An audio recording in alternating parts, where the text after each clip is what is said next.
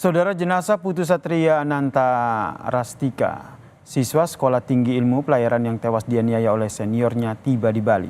Jenazah sementara dititipkan di RSUD Klungkung sambil menunggu upacara pemakaman. Jenazah siswa STIP Putu Satria Ananta Rastika disambut isak tangis keluarga saat tiba di RSUD Klungkung. Menurut keluarga korban, jenazah dititipkan sambil menunggu upacara kremasi atau ngaben yang menurut rencana dilaksanakan pada 11 Mei mendatang.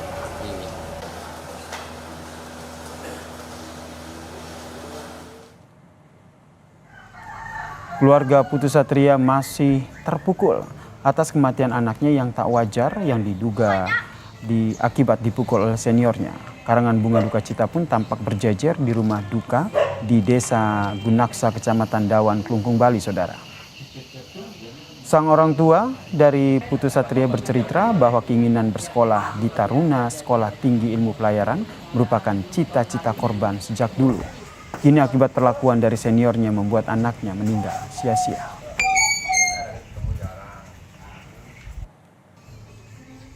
Terus baru ditelepon dari suruh jemput istri, karena istri nggak bisa berdaya dengan nggak berdaya, ajak pulang. Nah, istri yang ngasih tahu saya kabar itu anak meninggal.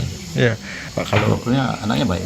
Ya. Menurut teman-teman juga pengakuannya baik, suka berorganisasi lah. Ya. Terus memilih sekolah tinggi PTIP ini kemudian gimana? Oh, dari kemauannya dia. Ya. Dia ingin sekolah di kedinasan.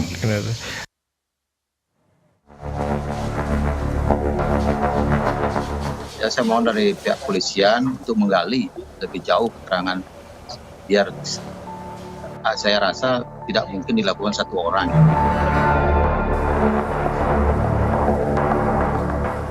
Di tengah duka yang tengah melanda, ayah Putu Satria Ananta Rastika, korban pembunuhan di Taruna Sekolah Tinggi Pelayaran oleh seniornya, menaruh harap agar kasus kematian buah hatinya ini diusut tuntas dan tersangka mendapat hukuman yang setimpal dengan tindakannya.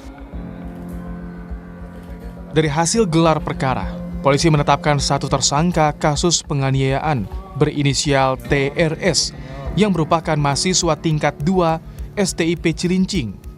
Tersangka menganiaya korban usai berkegiatan di kampus. Penindakan yang dilakukan ini menggunakan kekerasan tangan kosong, tidak menggunakan alat, tidak menggunakan, jadi pemukulan dengan tangan kosong. Tapi tindakan kekerasan eksesif ini ya saya ini sangat tidak boleh dan kemudian berakibat fatal. Tersangka tunggal di dalam proses atau peristiwa pidana ini yaitu saudara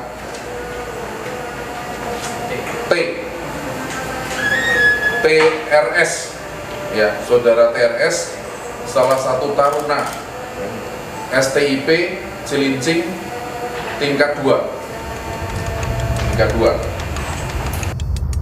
Kasus kekerasan yang dilatar belakangi arogansi senioritas bukan kali ini saja terjadi. Tahun 2017, ada 6 siswa dianiaya senior di kompleks STIP. 1 siswa tewas dan 5 lainnya harus dirawat di rumah sakit. Lalu pada tahun 2015, terjadi kasus kekerasan yang sama yang dilakukan di lingkungan sekolah yang mengakibatkan 1 orang tewas. Di tahun sebelumnya, 2014, kasus kekerasan senior juga terjadi. Korban tewas setelah dianiaya oleh seniornya di sebuah rumah kos. Kementerian Perhubungan selaku yang mewadahi sekolah ini pun membentuk tim investigasi khusus terkait tindak kekerasan di STIP yang dilakukan oleh seniornya terhadap juniornya. Tak hanya menginvestigasi tentunya, tapi bagaimana ada upaya preventif sehingga kekerasan yang berujung pada hilangnya nyawa tak lagi terulang. Tim Liputan Kompas TV. Saudara, tak hanya sekali kasus kekerasan senior pada juniornya yang berujung pada tewasnya korban kerap terjadi, saudara. Lalu kenapa kasus penganiayaan ini berulang dan bagaimana pengawasan yang dilakukan? Kita bahas bersama dengan psikolog forensik Mas Reza Indragiri yang telah bergabung bersama kami di Kompas Malam. Salam sehat, Mas Reza. Malam, sehat. Ini miris ya Mas Reza ya, siswa yang jauh-jauh merantau begitu mengejar cita-citanya ke sekolah STIP justru harus merenggang nyawa di tangan seniornya. Kenapa hal ini kerap terjadi? Kita bisa tinjau dari faktor manusianya, artinya si pelaku dan korban, dan juga kita bisa tinjau dari faktor institusinya. Bicara tentang faktor pelaku dan korban, ya teori yang paling sering digunakan adalah teori relasi kuasa. Senior menjinakkan yang junior, yang kuat menaklukkan yang lemah, yang superior melumpuhkan yang junior, dan sejenisnya. Nah, selama kita berada dalam situasi relasi kuasa itu berada, dan selama ketimpangan itu terus-menerus diisi dengan kekerasan, maka praktis kasus-kasus baik itu bullying maupun ragging di lingkungan pendidikan tampaknya tidak akan pernah berakhir. Sementara kalau kita tinjau dari faktor institusi, ya perlu diaudit. Kalau memang lembaga pendidikan secara umum memang menaruh zero tolerance, toleransi nol terhadap kekerasan, maka silakan dicek bagaimana sesungguhnya zero tolerance itu diterjemahkan di lapangan dan dalam bentuk aturan, dalam bentuk reward, dan seterusnya dan seterusnya. Oke, kita ke relasi kuasa dulu nih Mas Reza. Kalau kita lihat kan keterangan dari ayah korban juga bilang bahwa ini merupakan cita-citanya begitu. Sejak kecil ingin sekolah di ilmu pelayaran begitu. Kemudian sosoknya yang juga luwes, kemudian mudah bergaul. Di sisinya juga ada sosok yang tegas begitu. Kenapa profiling orang seperti ini justru menjadi korban? Boleh percaya boleh tidak, salah satu pihak yang paling potensial menjadi korban bullying, kita sebatas bullying ya, bukan ragging. Salah satu pihak yang paling potensial menjadi korban bullying adalah justru siswa atau orang-orang yang memiliki keunggulan tertentu. Kita menganggap bahwa mereka yang cerdas secara akademik niscaya tidak akan pernah menjadi korban. Justru mereka yang sangat cerdas secara akademik, yang sangat menarik dari sisi penampilan, bahkan juga mungkin memiliki kekuatan finansial ekstra dibandingkan teman-teman, mereka yang berada di sudut-sudut kanan kurva normal, itulah yang sangat rentan untuk menjadi korban perundungan atau bullying. Oke, jadi relasi kuasa senior dan junior ini yang bisa jadi salah satu penyebab gitu ya. Ini kenapa akhirnya cenderung ke hal-hal negatif begitu relasi senior ke junior ini? Pertanyaan bagus. Karena itulah seringkali berbicara tentang kasus anak, kasus remaja, atau kasus-kasus kekerasan di lingkungan sekolah, saya tidak akan memotretnya sebagai semata-mata masalah sekolah itu saja. Saya akan menerapkan yang diistilahkan sebagai bioecological model. Model ini mengajak kita untuk tidak hanya melakukan eksplorasi terhadap potensi masalah di sekolah, tapi juga ke rumah, ke lingkungan sekitar, ke kelompok pertemanan di asal muasal, dan seterusnya dan seterusnya. Ini akan memberikan keinsafan kepada kita bahwa boleh jadi tindak tanduk kekerasan di sekolah tak lebih tak kurang hanya ledakan saja. Sementara benih-benih kekerasan itu, segala problematika yang dihadapi oleh siswa boleh jadi berasal dari luar lingkungan sekolah. Pada titik inilah kita harus punya keinsafan. Sekolah bisa kemudian ketiban pulung karena ledakan kekerasan yang berlangsung di sekolah, maka kita langsung pukul rata bahwa tidak ada sumber masalah lain di luar sekolah. Sekolahlah satu-satunya pihak yang harus bertanggung jawab. Ini adalah gambaran secara umum tentang kompleksitas kekerasan yang semestinya kita pahami dengan menerapkan bioecological model. Oke. Ini pertanyaan saya selanjutnya tadi yang sempat di-mention juga Mas Reza.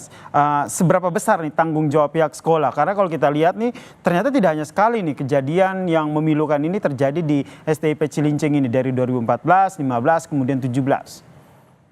Kalau kita mau konsekuen dengan teori relasi kuasa, maka kita harus mengamini fakta bahwa kemungkinan terjadinya kekerasan senior dan junior itu bisa terjadi kapan saja dan di sekolah mana saja. Karena yang namanya kelas 1, kelas 2, kelas 3 itu niscaya selalu ada. Itu poin pertama. Yang kedua, anggaplah ada kekerasan yang berlangsung di sekolah. Maka perlu dicek seberapa jauh sekolah sekali lagi konsekuen dengan prinsip zero tolerance terhadap kekerasan. Silakan diaudit regulasi apa yang mereka tegakkan dan bagaimana kemudian implementasinya di lapangan. Plus, karena tadi mengajak kita untuk berbincang tentang bioecological model, maka seberapa jauh sesungguhnya pihak sekolah melibatkan pihak-pihak di luar sekolah untuk ikut urun rembuk, untuk ikut berpartisipasi dalam mencegah terjadinya kekerasan di dalam lingkungan sekolah. Kalau semua hal itu sudah diikhtiarkan oleh pihak sekolah, namun sayang beribu sayang, insiden-insiden kekerasan tetap terjadi, maka ini menjadi bahan introspeksi. Benarkah sekolah menjadi pihak tunggal, menjadi pihak utama yang harus dimintai pertanggungjawabannya? Jangan-jangan justru pihak di luar sekolah menjadi yang kerok segalanya. Jangan-jangan. Kemudian apa efek jera yang harus diberikan begitu? Karena kalau seandainya tindakan preventif tentu ini harus dilakukan sehingga kemudian kedepannya tidak terjadi lagi. Namun langkah awal yang harus dilakukan apa yang Anda dorong? Seandainya lagi-lagi kita mau konsekuen dengan zero tolerance terhadap kekerasan, toleransi nol terhadap kekerasan, maka tiadakan yang namanya peringatan 1, peringatan 2, peringatan 3 dan seterusnya. Kepada pihak sekolah. Peringatan tulisan, tapi langsung saja.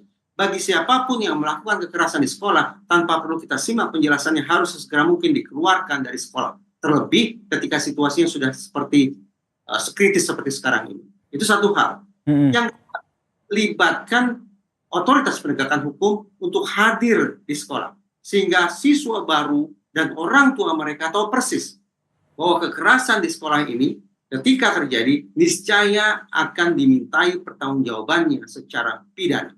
Dengan adanya pesan yang keras semacam itu, terlebih kalau ditegakkan secara cepat dan konsisten, maka kita patut berharap bahwa insiden kekerasan di sekolah akan bisa ditekan untuk tidak mengatakan Kita berharap ya ini kejadian terakhir dan kekerasan di sekolah, ada relasi kuasa junior dan senior ke junior ini dapat ditekan, tidak hanya pihak sekolah tapi peran semua aspek yang berada di sekitar lingkungan sekolah ini. Terima kasih psikolog forensik Mas Reza Indragiri telah bergabung bersama kami di Kompas Malam. Salam sehat Mas Reza.